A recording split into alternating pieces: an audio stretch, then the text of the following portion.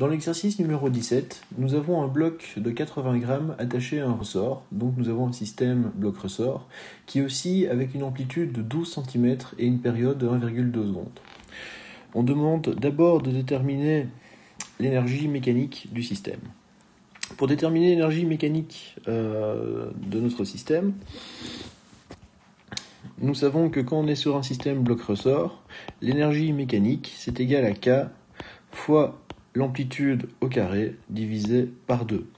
Nous avons bien l'amplitude, mais nous n'avons pas K. On va donc commencer par le calculer.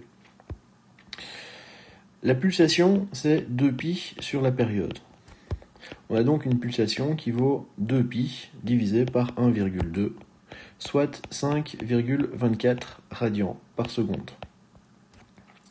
Grâce à la pulsation, nous pouvons trouver K, puisque la pulsation, c'est également la racine carrée de K sur M.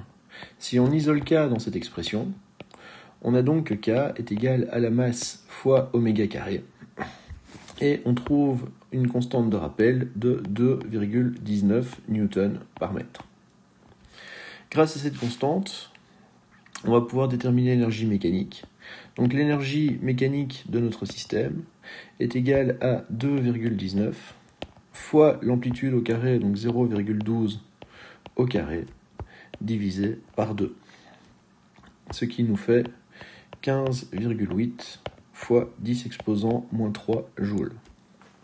On nous demande ensuite de déterminer la vitesse maximale.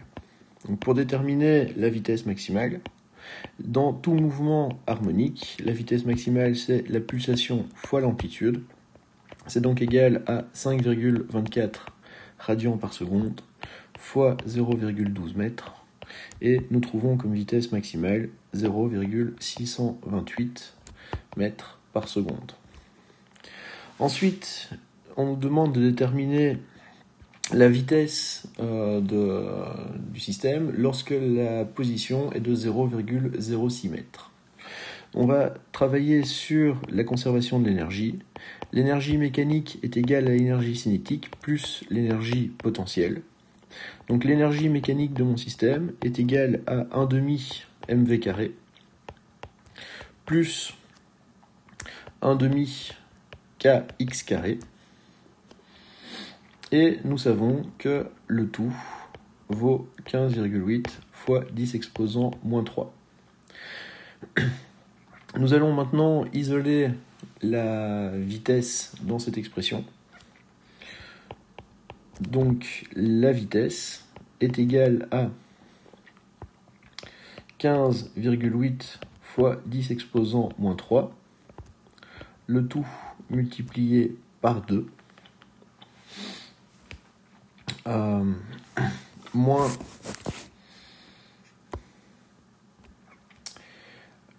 kx carré,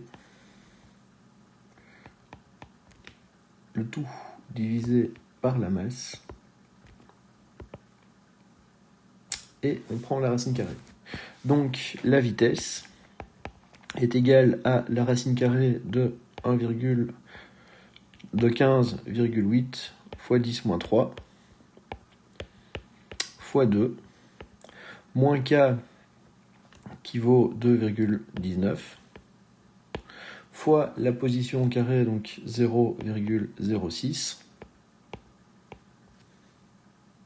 le tout divisé par la masse.